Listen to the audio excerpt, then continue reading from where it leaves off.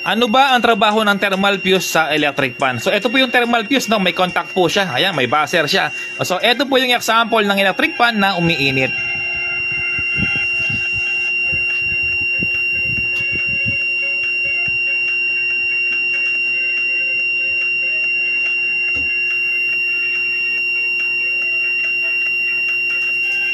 Yon.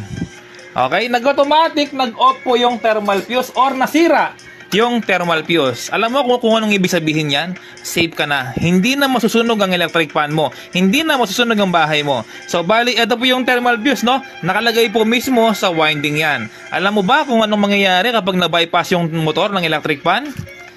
Walang thermal fuse, sunog ang bahay mo. I-share mo rin sa iba para alam nila. Huwag mag-bypass ng thermal fuse. Mali po yung napapanood nila sa iba na nagba-bypass ng thermal fuse. Maling-mali.